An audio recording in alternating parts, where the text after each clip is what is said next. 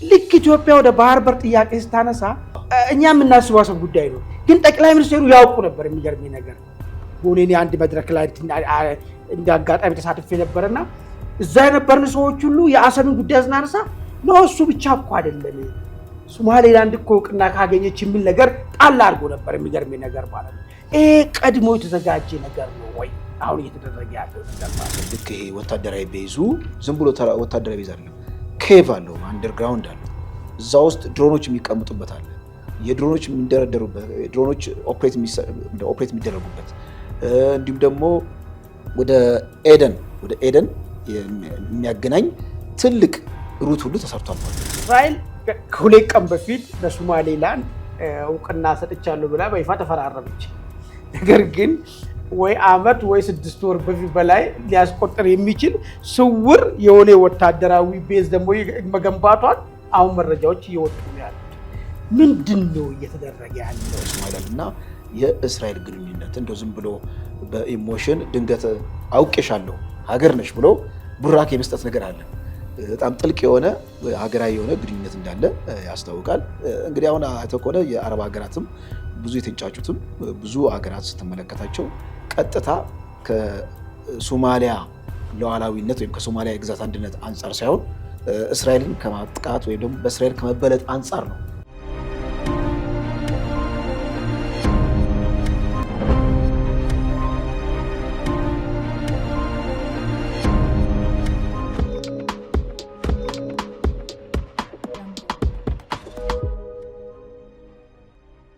ሰላም ጤና ይስጥልን ውድ ኢትዮ ውይይት አድማጭ ተመልካቾቻችን፣ ይህ ዕለታዊ የተሰኘው ዝግጅታችን ነው።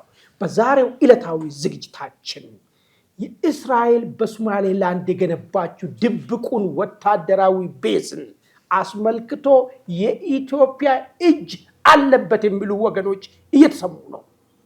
እንዳውም ኢትዮጵያ ቀደም ብላ ከሶማሌላንድ ጋር የተፈራረመችው ሜሞራንደም ኦፍ አንደርስታንዲንግ ጀርባ የእስራኤል ሴራም ነበር የሚልም መከራከሪያዎች እየመጡ ነው። ምንድነው በዚህ በሶማሌላንድ የተገነባው ወታደራዊ ቤዝ ጀርባ የኢትዮጵያ ፍላጎትና የኢትዮጵያ ኮንትሪቢዩሽን ምን ነበር የሚለውን ጉዳይ እንዳስሳለን። በሁለተኝነት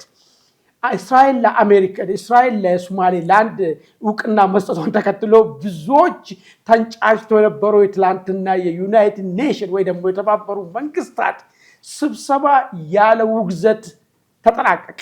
በዚህ ስብሰባ ላይም አሜሪካ ምን አንጫጫችሁ እስራኤል ለሶማሌላንድ እውቅና ስትሰጥ ምን ነው ለፍልስጤም እናንተ አገር መሆኗን እንኳን ለማይታወቅ ስንቶቻችሁ ሰጣችሁ የለም ወይ በማለት የሰላቅ ንግግር ተናግራለች። የአሜሪካ አቋም ምንድነው?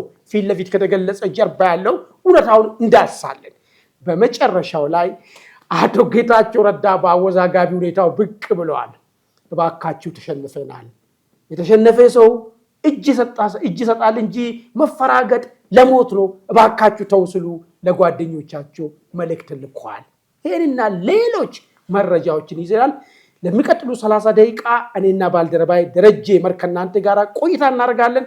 እናንተም ኢትዮ ውይይትን ሰብስክራይብ እያደረጋችሁ ይሄ ውይይት ደግሞ ለሌሎች ተደራሽ እንዲሆን ሼር፣ ላይክ እያደረጋችሁ ከኛ ጋር እንድቆዩ ግብዣችን ነው። ደሬ እንኳን በደህና መጣ።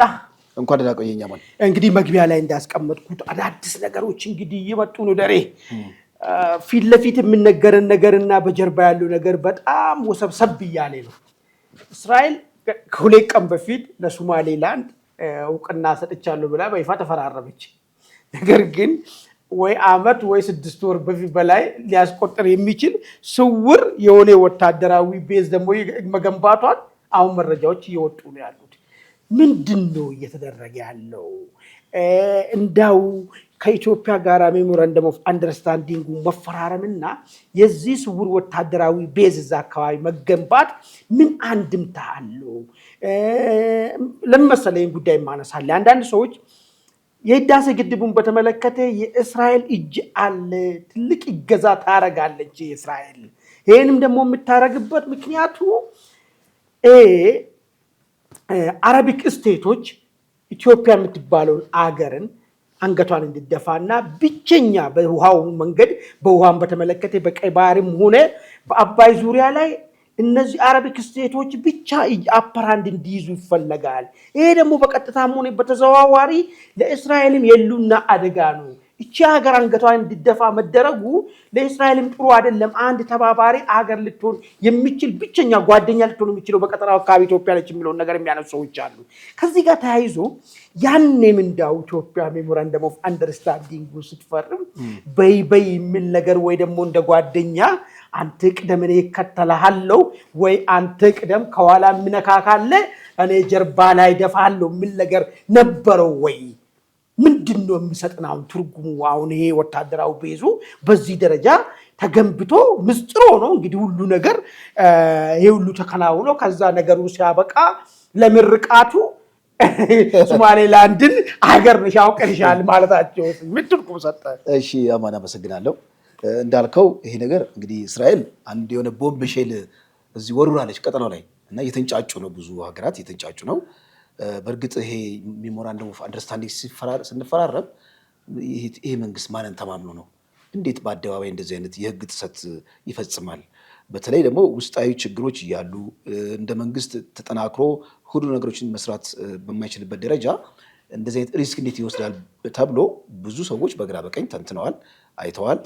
ነገር ግን አንዳንዴ ፖለቲክስ የሚታየው ብቻ ሳይሆን የማይታየውም እንዳለበት ማሳያ ሊሆን ይችላል። ማለት ፖለቲክስ ላይ ሁሉም ነገር አይነገርም። ሴክሬቶች አሉ፣ ስቴት ሴክሬት አለ፣ በድብቅ በኢንቴሊጀንስ የሚሰሩ ስራዎች አሉ።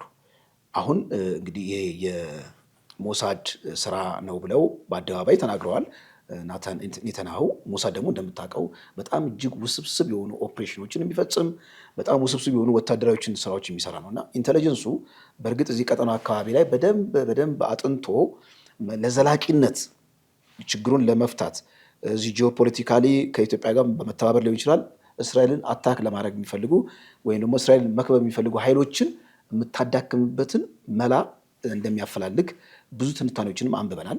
እነዛ ትንታኔዎች እስራኤል አማራጭ ሌላ ጂኦፖለቲካሊ ሮል እንዲኖራት ማለት ነው ቤዝ እየፈለገች ነው የሚል ነገር ተሰምቷል። አሁን ግን ስር የሰደድ እንደሆነ የሚታወቀው ልክ ይሄ ወታደራዊ ቤዙ ዝም ብሎ ወታደራዊ ቤዝ አይደለም። ኬቭ አለው፣ አንደርግራውንድ አለው። እዛ ውስጥ ድሮኖች የሚቀምጡበት አለ፣ የድሮኖች የሚደረደሩበት፣ ድሮኖች ኦፕሬት የሚደረጉበት እንዲሁም ደግሞ ወደ ኤደን የሚያገናኝ ትልቅ ሩት ሁሉ ተሰርቷል ማለት ነው። ስለዚህ ስራው በጣም ስራው ከተጀመረ ቆይቷል። ባለፈው የጋዛ ጥያቄ የተነሳው ከእውቅናው በፊት ነው ስለ ጋዛ የተነሳው። ስለዚህ አንደርግራውንድ እነዚህ ሁለቱ ሀገራት ስትሮንግ አሊያንስ ክሬት አድርገው ነበር ወይም ደግሞ ትብብር ፈጥሮ ነበር። ከዚሁ ጋር ተያይዞ የኢትዮጵያ መፈራረም ከሶማሊላንድ ጋር የተለየ ቀረቤታ ማድረግ እንደ አየር ላይ ዝም ብላ የዘገነችው ሳይሆን ከበስተጀርባ የሞሳድ ወይም የእስራኤል ጥብቅ ክትትልና ጥብቅ አቅጣጫ በመንደፍ ሮድማፕ ተነድፎ የተሰራ እንደሆነ የምታየው ሁሉም ነገር ኦርኬስትሬትድ የሆነ ይመስላል። እንግዲህ ይሄ ወታደራዊ ቤዝ ብዙ ስራዎችን ሊሰሩበት የሚችሉበት እዛው አካባቢ እና አልሸባብን መምታት ይቻላል፣ አይሲስ መምታት ይቻላል፣ እንዲሁም ደግሞ ሀውቲንም በቅርበት መመልከት ይቻላል።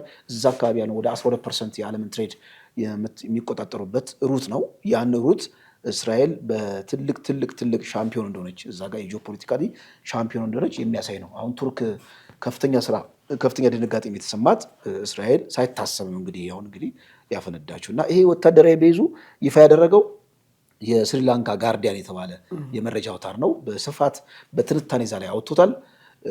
ከሚታሰበው በላይም ብዙ ርቀት ሄደዋል። የሶማሊላንድ እና የእስራኤል ግንኙነት እንደው ዝም ብሎ በኢሞሽን ድንገት አውቄሻለሁ ሀገር ነሽ ብሎ ቡራኬ የመስጠት ነገር አለ። በጣም ጥልቅ የሆነ ሀገራዊ የሆነ ግንኙነት እንዳለ ያስታውቃል። እንግዲህ አሁን አይተህ ከሆነ የአረብ ሀገራትም ብዙ የተንጫጩትም ብዙ ሀገራት ስትመለከታቸው ቀጥታ ከሶማሊያ ሉዓላዊነት ወይም ከሶማሊያ የግዛት አንድነት አንጻር ሳይሆን እስራኤልን ከማጥቃት ወይም ደግሞ በእስራኤል ከመበለጥ አንጻር ነው ጉዳዩን ኢቫሉዌት እያደረጉት። ማለት በጥሬው የሚመለከቱት ጥቂት ሀገራት ናቸው። ከዛ አንጻር ነው። መልካም እንግዲህ አንድ ነገር እስቲ ላንሳ ደሬ። ብዙ ጊዜ ስለ እስራኤል ጉዳይ ሲነሳ አንዳንድ ኢትዮጵያኖች ጥሩ ስሜት የማይኖራቸው አሉ። በተለይ ሲኒየር የሆኑ ሰዎች ማለት እንደው መሰለኝ ጥሩ ስሜት የሌላቸው። እኛ ጽዮናዊት ተብለን ምንም ከጽዮናዊት ምንም አይነት ጥቅምና ትሩፋት ሳናገኝ በስሙ ብቻ በሌሎች ጎረቤቱ ቀጠና አካባቢ ባሉት አረብ ስቴቶች በእንድንጠላ ተደርገናል፣ እንድንወገዝ ተደርገናል፣ እንድንገፋ ተደርገናል። ምንም ጥቅም ለሌለው ነገር መዓቱን ብቻ ነው ያመጣልን። በዛ ልክ ደግሞ ጽዮናዊት የምትባለው እስራኤል ደግሞ ይሄን እንኳን እኛ ዋጋ እየከፈልን ያለነውን ነገር በልኩ የምትረዳልን አገር አይደለችም።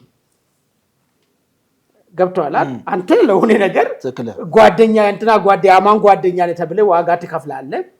አማን ግን ለአንተ የሚል ከምትከፍለው ዋጋ እንኳን እውቅና የሚሰጥ አይደለም።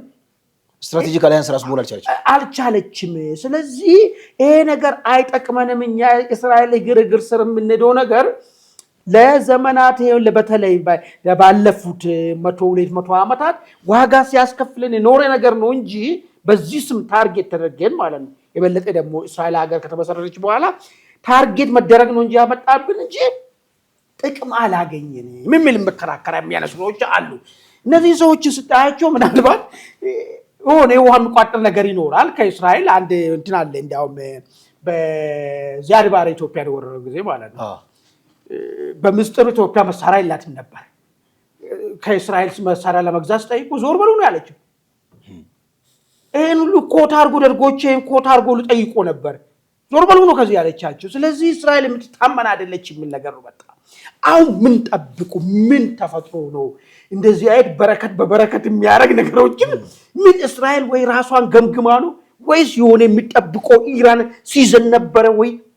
ለምንድን ነው አሁን እንደዚህ አይነት ነገሮች መጣ? እንግዲህ እንደምናየው አንደኛ በዚህ እኛ በጣም የህልውና ጉዳይ ሆነብን።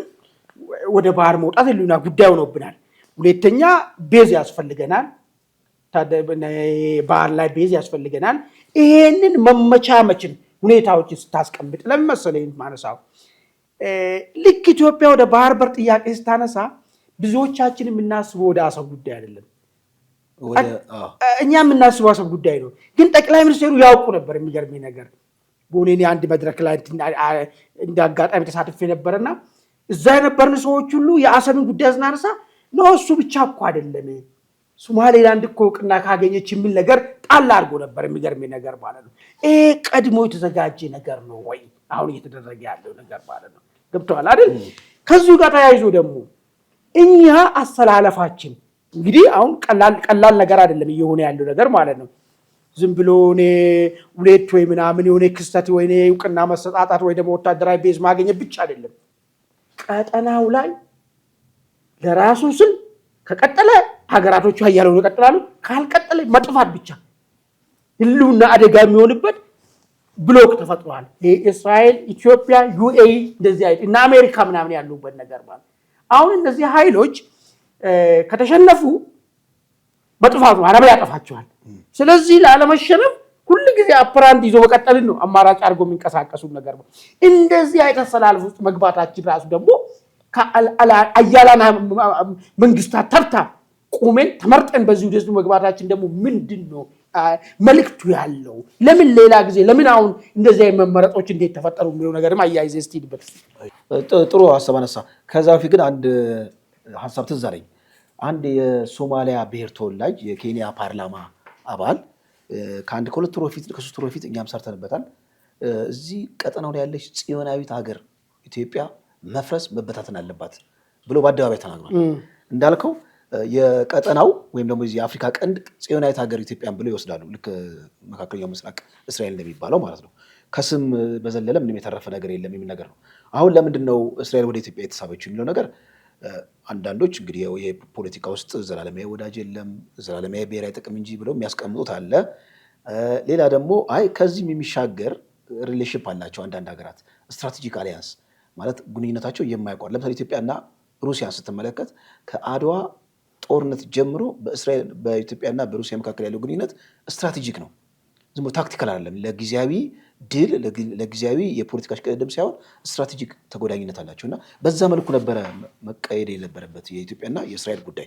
ከታሪክ አንጻር፣ ከእምነት አንጻር፣ ከትውፊት አንጻር ብዙ ነገሮች ኢትዮጵያና እስራኤልን የሚያገናኙ ነገሮች እንዳሉ የታወቀ ነው። ነገር ግን የእስራኤል የፖለቲካ ሰዎች ከዛ ጋር አይ ቲንክ በዛ አይደለም የሚመሩት እንትናቸውን ነው። ብዙዎቹ ኤቴስት ናቸው ይባላሉ። እምነትም የሌላቸው ናቸው አብዛኛው።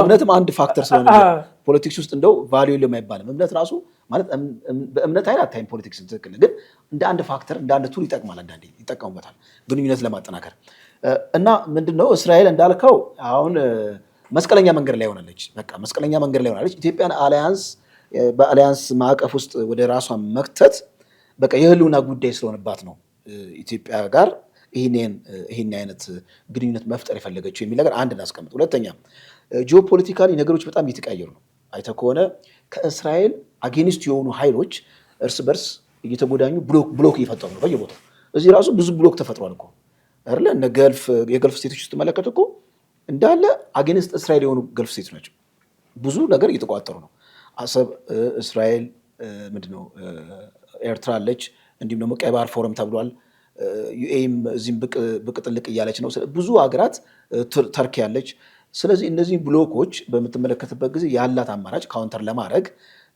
ከዛ ብሎክ አይዞሌትድ የሆነችው አንደኛዋ ኢትዮጵያ ናት በዚህ በገልፍ ስቴቶች እዚህ ምስራቅ አፍሪካ አካባቢ ባህር በር የላትም ብለው አግልለው አይዞሌትድ ያደረጓት ኢትዮጵያ ነው ስለዚህ ሌላ ልክ አይዞሌትድ የሆነችውን ኢትዮጵያ ፈልጎ ከእስራኤል ጋር መጎዳኘት በፊትም ሲተነበይም ነበር በነገራችን ላይ በተንታኞችም እስራኤልን አይዞሌት የሚያደርግ የግብፅና የሳውዲ አረቢያ እንቅስቃሴ ያለ እዚህ ቀይ ባህር አካባቢ ያ ደግሞ እስራኤልን ከኢትዮጵያ ጋር ስትሮንግ አሊያንስ ክሬት እንድታደርግ መንገድ ይከፍታል ብለው የተነበዩ የፖለቲካ ሰዎች ነበሩ ስትመለከተው በቃ የግድ ከኢትዮጵያ ጋር መጎዳኘቱ የህልውና ጉዳይ ስለሆነ ነው ወሳኝ ወቅት ወሳኝ ጊዜ መታ ከኢትዮጵያ ጋር የፈጠረችው እና ይሄ እንግዲህ የተገኘው አንደርግራውንድ እጅግ ውስብስብ የሆነው ወታደራዊ ቤዝ ሁሉ ነገር እንዳለቀና ካሁን በኋላ ወደ ኦፕሬሽን እንደሚካሄድ ከዛ በኋላ ኢትዮጵያም ራሱ አይ ቲንክ ብዙ ነገር ያለቀ እንደሆነ አሁን እኛ በወረቀት በአደባባይ ያየነው ተፈራረሙ የሚል ነገር ነው እንጂ አንደርግራውንድ በጣም በስቴት ሴክሬት የተያዙ ከዚህ ከወደቡ ጋር የተገናኘ በጣም ብዙ ነገሮች ሊኖሩ እንደሚችሉ እገምታለሁ ሰርፕራይዝም ልንደረግ እንችላለን ባህር ኃይላችን ወደ ባህር ቀጠናው ሄዶ ማለት ነው ተገኘ ከተባለ ኦልሬዲ ያለቀ ጉዳይ ስለሆነ ማለት ነው እሱንም ኤክስፔክት አደርጋለሁ የሚገርም ነገር አንዳንዶቹንም ሲቀልዱ የወንዝ ኃይል ይሄ ሁሉ የባህር ኃይል የት ሄዶ በተለይ የሻዕቢያ ዲጂታል ወደ አሰብ እንዳይመጣባቸው ማለት ነው ሲሉ ነበረ እና አንደኛው ያው አሰብ ተተወ ማለት አይደለም በዚህ አጋጣሚ ወደ ዋና እሱም ሐቃችን እኮ ነው እሱ ምን መከራከሪያ ውስጥ የሚገባ ጉዳይ እንደ መስኮት ያገለግላል እንደ መስኮት እንደ መግቢያ ወደ አሰብ መግቢያ መስኮት ይሆናል የኛው ወደ ማለት ነው እንግዲህ የሻዕቢያን እንግዲህ ባህር ኃይል እነዛ አይደነዘዙትን ጥረት ያወጡት እያሳደድኩ ብሎ ዘፈን ዳግም ልንሰማው ነው ማለት ነው መልካም ወደ ሁለተኛው አጀንዳ በዚሁ እንሂድና እንግዲህ አሁን ይያዛል ካሁኑ ጋር ብዙዎች የሚገርም ነገር ሻዕቢያ እንኳን ባቂ ነው ማለት ነው ቻይና ወይ ለራሴ ስትይ ነገ ስብሰባ ላይ ድምፅን በድምፅ መሻር እንትንሽን ተጠቅመሽ አስወግዢ የሚል ነገር መልእክት አስተላልፎ ነበር የሻዕቢያው የኤርትራ መንግስት ማለት ነው ትላንትና በተካሄደው አይ ቲንክ ትላንት ነው የሚባለው ማታ ስለሆነ ማለት ነው የተባበሩ መንግስታት ስብሰባ ላይ ለዚህ እስራኤል ሶማሌላንድ እውቅና መስጠቷን ተከትሎ የተካሄደው ስብሰባ ማለት ነው አሁን እዚህ ላይ የአሜሪካ ጉዳይ በጣም ተጠብቆ ነበር አሜሪካ ግን የመጣችበት መልክ ነው በጣም ለየት ነው ያለብኝ ማን ነው ጥሩ እግር ኳስ ተጫዋች የሚባለው ከእንግሊዝ ባልጠበቅኳይ ቴክኒክ ይመጣል ምንድነው አንደኛ ባልጠበቅኳይ ምንድነው አቋሟን ስትገልጽ አሜሪካ አይ በቃ ምንም አዲስ ነገር የለም እኛ በፊት ያለው አቋም ያለ ነው የሚለው ነገር አስቀመጠች እንደውም ጊዜ አታጥፉብን መሰብሰቡ መስፈላጊ አይደለም ወደሚለው ቁጣ ዘል መጣች ተቆጣች አሁን የተፈለገው ነገር ግን አሜሪካን ችግር ውስጥ ከተን ዳይሬክትሊ ውግዘትን እንዲታካሂድ ይደረጋል የሚል ተስፋ ነበር ከዛ እስራኤልም በአጠቃላይ በሌሎች ሀገራቶችም ትወገዛለች የሚል ሐሳብ ነበር ብዙዎቹ ጥቃቅን እዚህ ቀጠናችን ላይ ያሉ ጥቃቅን ሀገራቶች ሀገር ለማለትም ይከብዳልና እነሱ ይልማቸው እሱ ነበር አሁን ግን ጫውታው በጣም ከፍ ብሎ ነው ሚዛኑ ከፍ ብሏል ገብቷል ልክ ባለፈ ኢትዮጵያው ነገር ስንሞክር እዚህ ያዙ ሊቀቁ እንደሚባል አይደለም አሁን ነገሩ በጣም ትንሽ ከፍ ብሏል እና ስታንዳርዱ አሜሪካን ስትል ትላንት እንዳስከነበረ ድረስ ነው ያቋም ነገ ጧት ብድግ ብሎ ትራምፕ እውቅና ሰጥተናል እኛ ማውቀራት አለ ይችላል ምንም ችግር የለውም ትላንትና እስከ ትላንትና ድረስ ያለውን ጉዳይ ነው ግን በዚህ ውስጥ ደግሞ በዚህ ንግግራቸው ውስጥ ደግሞ ስላቃዊ ነገር አለ ተወካዩ ተናገሩ ምንድነው ተናገሩ መሰለኝ ስላቁ ምንድነው ይሄን ሁሉ የሚያንጫጫችሁ እኮ አገር ነች 30 ዓመት እኮ ምናምን ኖራለች እኮ ፍልስጤም ምንም ዌል ዲፋይንድ ቴሪቶሪ ውስጥ መንግስት የሌላትም ምናምን ያላለችው ምንም የአገርነትን ቅርጽና ወይ ደግሞ የአገርነትን መስፈርቱ እንኳን የማታሟላውን ስንቶቻችሁ አይደለ ወይ ተቀበላችሁት ሀገር ነው ብላችሁ ምን ነው እንትን ጊዜ አሁን ሁለት ነገር ነው ያለው አንደኛ ፍልስጤምን ለምንድን ነው የተቀበሉት ሙስሊም ብራዘርስ ሁድ በሚል ነው በአብዛኛዎቹ የሚቀበሉት እኚ ሙስሊም አይደሉም እንዴ ለምን አይቀበሉ ሙስሊም ብራዘር ነው አይደለም እንዴ አረብ አይደሉም እነዚህ አረብ አይደሉም ለካሱም ሌላ መስፈርት ነው ኦኬ እና እሱን አንድ ነገር ነው ብዙዎቹ ስጮህ በዛ አንፃር ስለሚጮህ ሁለተኛው ነገር ግን ስላቁ እንደሚመስለኝ ምንድነው ለፍልስጤም የተሰጠው የተዘረጋ እጅ ሶማሌላንዶችን ለምንድን ነው የማይዘረጋላቸው እጁ የሚልም ጭምር ነገር ነው ያለው እኔ ከዚህ ውስጥ በትክክል የተረዳሁት ኒር ፊውቸር በጣም አይቆይም ቀናል ታክስብኒ ዶክተር ቀን መጥቀስ ጥሩ ስላልሆነ እንጂ በሚጠቀስ ቀን ውስጥ አሜሪካ ብቅ ብላ ሶማሌላንድን አውቂያታለሁ የሚለው ነገር መግለጫ ትሰጣለች ይሄን በእርግጠኝነት ንግግሩ ይሄን ነው በውስጡ ያለው መልእክት ማለት ነው ያለው ነገር ማለት መልእክቱ ይሄን ነው ለራሷም ስትል ለራሷ ደደት ይኸውልህ ያለቀ ጉዳይ እኮ ነው ኦሬዲ እኮ የቤት ሲሰራ ምናምን ሲሰራ ምን ታስቦ ነው ባይዞ የዚህ አካባቢ ያለው ቅድም ላነሳል ሞክሬ ነበር ወይ አፈር ማልበሱ ወይ አፈር መልበሱ ኮሬክቱ አንዱ ማራጭ ነው እዛ አካባቢ ያለው ተቀናቃኞችን ማጥፋት እስካልቻልክ ድረስ ለማጥፋት ደግሞ በጣም ስትሮንግ የሆነ ስትራቴጂክ ብቻ አይደለም መሆን ያለበት የሉን ግንኙነቱ የሉና ጉዳይ ነው መሆን ያለበት አንደኛ ባይዞ ምን እንደው ታውቃለህ እኔ አንድ ነገር በጣም ሊሰመርበት የሚገባ አኖይንግሊ ኢትዮጵያና እስራኤል ድንበርተኛ ሆነናል ማለት ነው ጎበስ አሁን እኮኛ የእስራኤል ጎረቤት ነን የእስራኤል ጎረቤት ነን እኮኛ እኮ ገብቷል አይደል እዚሁ አንድ ላይ ሆነን ጎረቤት ነን ድንበር ሼር እንደራረጋለን ገብቷል አይደል እንደዛ አይን ነገሮች እየመጡ ያለው ይሄ ዝም ብሎ በክፍለ ዘመኑ የመጣ ክስተት ስለሆነ ማለት ነው ዝም ብሎ ስትራቴጂክ ነው ምናምን ሁሉ ጊዜ ጠላት የለም ሁሉ ጊዜ ወዳጅ የለም ይባሉ አንድ ዲፕሎማሲ ውስጥ የተቀመጠችው እሱ ብቻ አይመስለኝም እዚህ አካባቢ ያሉ ይሄ ነገር እንዳይሆን የሚፈልጉትን ኃይሎችን አፈር አልብሰ አንተ በዛ አፈር ላይ ቀጥ ብለህ ትቆማለህ ወይ እነሱ አፈር ያለብሱና እስራኤልና ኢትዮጵያና ዩኤኢ ምናምንና አሜሪካ ጀምሩ እዚህ ቀጠና አካባቢ አይሎ የመውጣት ጉዳይ ታሪክ ሆኖ የሚቀርበት ሁኔታ ነው የሚፈጠረው ምርጫው ሁለት ነው ማለት አንበሳ ሳንቲም ታውቃለህ አንበሳና ዘውድ አለ አይደል ወይ አንበሳውን መተህ አታሸንፈ ቁጭ ትላለህ ወይ እነ ሶማሊያ እነ ግብጽ እነ ሳውዲ አረቢያ እነ ተርኪያ አንድ ላይ ሆኖ ያሸንፉና ለአንዴና ለመጨረሻ የፈረደባት ኢትዮጵያ ምን ሆኖ ነገር ያኔ ታስባለህ ገብቷል የመኖርና ያለመኖር ጉዳይ ነው ስለዚህ የመኖርና ያለመኖር ጉዳይ ነው ነገርየው የስትራቴጂክ ብቻ ምናምን አይደለም የህልውና ጭምር ነው ግንኙነቱ የሚለው ነገር ነው ከዚህ ጋር ቢገናኝ አንድ ፈገግ የሚያደርግ እንደው ማህበራዊ ሚዲያ ላይ ሲሽከረከር ያየው ጽሁፍ አለ ያው ጽሁፉ ውሃ የሚያነሳ ባይሆንም እንደው የተወሰነ ላንሳው ሚላል ወያኔ እንደምንም ተፍጨርጭሮ ወልቃይትን ከያዘ በኋላ ቀጥታ ግብጽና ኤርትራ እውቅና ይሰጣል እንደ ሀገር ማለት ነው ሀገር ነኝ ይላል ሁለቱ እውቅና ይሰጣል ልክ እንደ ሀገር ማለት ነው የሚል በጣም ፎርስ የሆነ ፓራሌል የሆነ ሐሳብ ሲያንሸራሸሩ ተመልክቻለሁ እኔ ሀገርነት የሚለው ነገር አንዳንዶቹ በትክክል ጽንሰ ሐሳቡን የሚረዱት አልመሰለኝም ስለዚህ ሰዎች የምትላቸው ነገሮች ሰዎች ይሄን ሐሳብ እንደ ሲያሽከረክሩ ስትመለከት በጣም ይገርማል ማለት አንደኛ የሚያሳየው ይሄ ሀገር የሚለው ኮንቴክስት ሃይሊ ፖለቲሳይዝድ የሆነ በፈረንጆች በትልልቅ አቅም ባላቸው ሰዎች አገራት የሚወሰን ዕጣ ፈንታው አሁን ዛሬ እንዳነሳው ለምሳሌ የጸጥታው ምክር ቤት ላይ ስትሮንግሊ ኮንደም ብታደርግ ወይም ደግሞ ብታወግዝ አሜሪካ የፖለቲካ አየሩ እንደሚቀየር ይታወቃል ነገር ግን አታረገውም እስራኤልና አሜሪካ ያን ሳንቲም ሁለት ገጽታ ናቸው ወያኔን ሻዕቢያም እኮ ሀገር እኮ አይደለም በነገራችን ላይ ኤርትራ ምን ሀገር ነው እንዴ ሀገር የሆነ ሀገር እውቅና ይሰጣል እንዴ እና እንደ ሻዕቢያ እንደዚህ አይነት ነገር ያደርጋል ብሎ ማሰብ ራሱ ትንሽ ፈገግ የሚያደርግ ነው ዋንኛ የዓለም ፖለቲካ የሚዘወረው በፈረንጆቹ ዩኒፖላር ነው እንደውም አንዳንዶቹ መልቲፖላር ይላሉ የለም መልቲፖላር ዩኒፖላር አንድ ዋልታ ያለው አሜሪካ ነች ያዩት ትንሽ አሁን በብሪክስ አማካኝነት ለመቀናቀን እየሞከሩ ነው ቻይናና ሩሲያ ስቲል አሁንም ይቀራቸዋል ብዙ ነገር አለና አሜሪካን ስቲል የዓለማችን ምንድነው ሀያልና ዋስ ጠበቃ ስለሆነች ይሄ ነገር እንግዲህ ዛሬ ማረጓ ምን ያህል እንግዲህ የጉዳዩን ሲሪየስነት የሚያሳይ ነገር የሚል ነገር ነው። መልካም ውድ አድማጭ ተመልካቾቻችን እስቲ ለነሱም ሐሳብ እንስጥና አይዞህ ሁሉ ጊዜ እኮ እኛ ብቻ ሐሳብ እየሰጠን እኮ ጥሩ አይደለም። እናሳትፋቸው እነሱም ሐሳባቸውን እስቲ ይግለጹልን። እስቲ እንዳው እስቲ በሶማሌላንድ ጉዳይን በተመለከተ ወታደራዊ ቤዙም ይሁን አሜሪካ ውግዘት ታቀርባለች የተባለችው አሜሪካ ስላቅ የሆነ ንግግር ተናግራ መሄዷ የኢትዮጵያም ጉዳይ እንደው እንዴት ነው የምታየው? ለኢትዮጵያ እንደው ይዞለት እየመጣ ያለው በረከት በምን ደረጃ ነው የሚገመገመው? በዚህ ሂደት ውስጥ ደግሞ ኢትዮጵያ ውጤታማ ሆና በደንብ አርጋ የሀገሪቷን ብሔራዊ ጥቅምን ለማስከበር 1 2 3 ተብሎ የሚቀመጥ ምንድነው ማድረግ የሚጠበቅባት የሚለውን ነገር ሐሳብ እንድሰጡ እየጠየቅን ወደ መጨረሻው ልሂድ።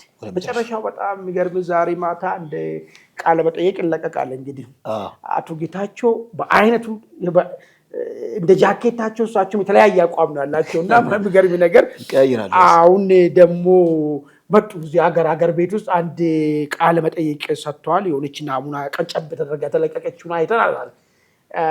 እንግዲህ እዚህኛው ላይ አንድ በጣም መሰረታዊ ነገር ቲዮራይዝድ አድርጎ ያመጣው ነገር አለ። እሷ በጣም ውሃ የሚቋጥረው ፍሬ ነገሩ እሱ ይመስለኛል። ባይዞ ሌላ ተው በቃ ማጣፊያ አዛጋይ ከተባለው ነገር የተሳሳተ ነገር ካለ ለማጣፊያ ለምን ተብሎ የሚቀርበው ነገር እንዝለለው። እሱን እኔ ፍሬ ነገሩን ያየሁት ውሃት ተሸንፈዋል፣ የሚችለውን ተንጠራርቶ ሰንዝሯል።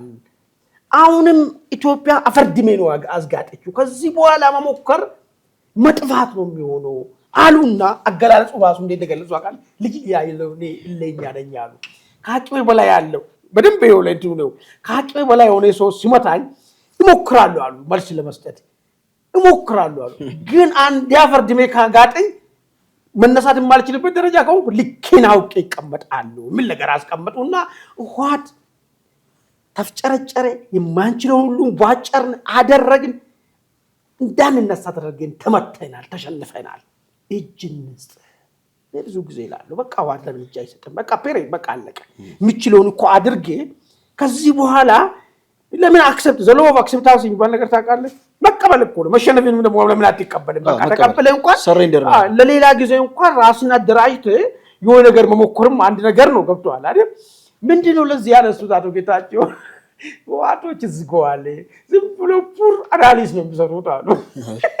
የሆነ አንድ ሃይስኩል ትምህርት ቤት አካባቢ ሰው ከተሰለፈ አሉ ሰልፍ ሰላማዊ ሰልፍ ከወጣ በቃ መንግስት የሚገለበጥ አድርጎ ያስባሉ። 5 ሰዎች ጥይት ክላሽን ካጨው በቃ ያለቀ ነው አሁንም አልቋል ብሎ ምን የሚያስቡት አሉ። ይህንን ትንተና ይዙትና አሁን ደርሷል ወቅቱ ነው፣ ይህንን አግዘን ሄደን የምንፈስበት አሁን ነው ይላሉ አለ። ከጎኑም ያለው ሰውዬ የሚያስበው ስኮፑ ከዚህ አይዘልም።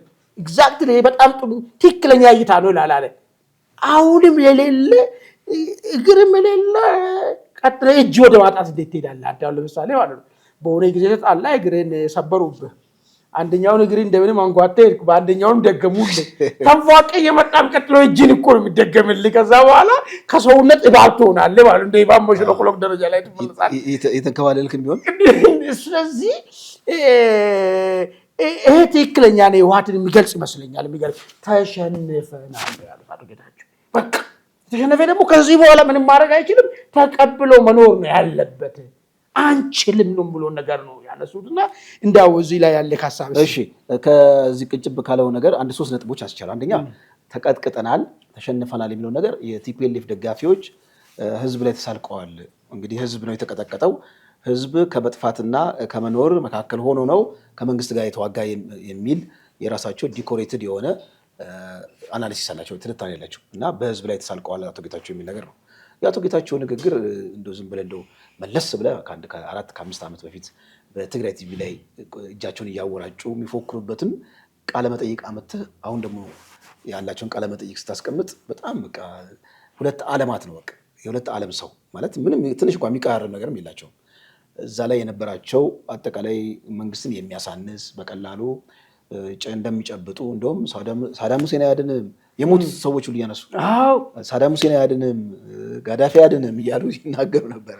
እና ያንን የተናገሩ ሰው አሁን ደግሞ ተገልብጠው እንደዚህ አይነት በጣም በለሰለሰና የራሳቸውን እንግዲህ ከአብራቸው ሲታገሉ የነበሩ ሰዎችን እንደ ስኬፕ ጎት ማለት የጥፋቱ አካል አይደሉም። እሳቸውን ሲያወሩ ልክ እንደ አናሊሲስ ሰርተው ለጥናት ተልከው እዛ ቲፒኤልኤፍ ካምፕ ለጥናት ተልከው አጥንተው ዳታ ሰብስበው ከዛ መጥተው የሚተነትኑ ነው ይመስሉ። እኔ ግን በእንደዛ ላይ ረዳም እዚህ ጋር ይለያሉ። ለምን መሰለህ የሚለያው ማለት ነው እንቀበል እኮ ነው እያለ ያለው እሱ ጋር ለመጣ ነው። ትክክል ጥሩ ነገር ያመጣ እኮ በሂደቱ ውስጥም ነበረ ሲያዋጋ ነበረ ሲያዘምት ነበረ።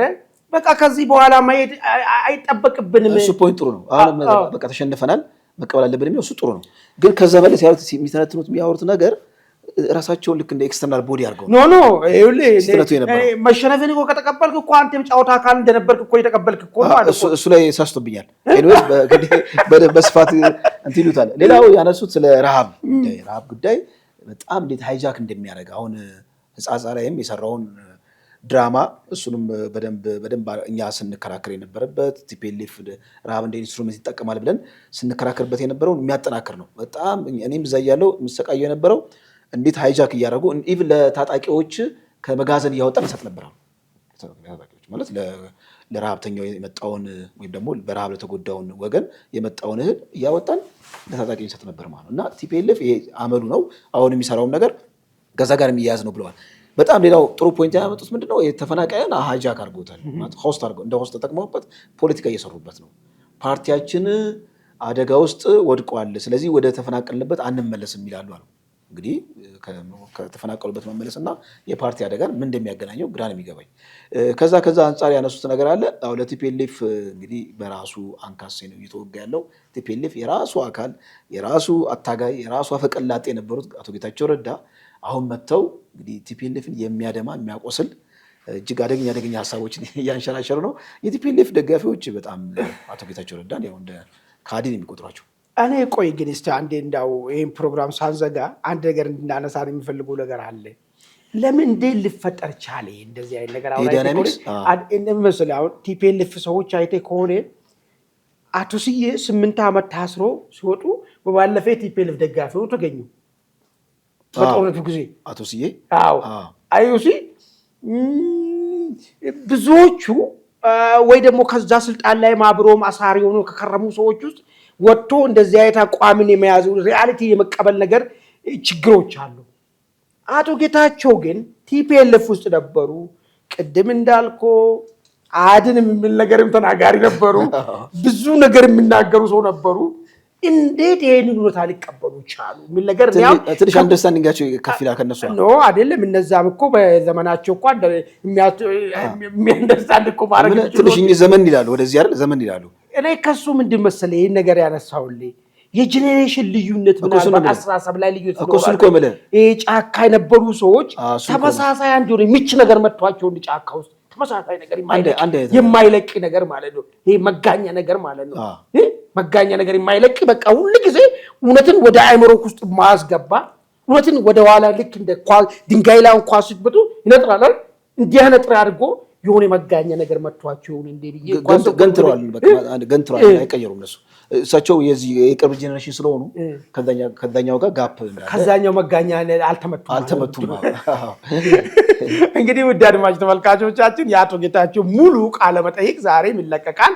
እስቲ እናንተም እንደው አቶ ጌታቸው ያስቀመጡት ነገር ምን ያህል አሳማኝነት ነገር አለው?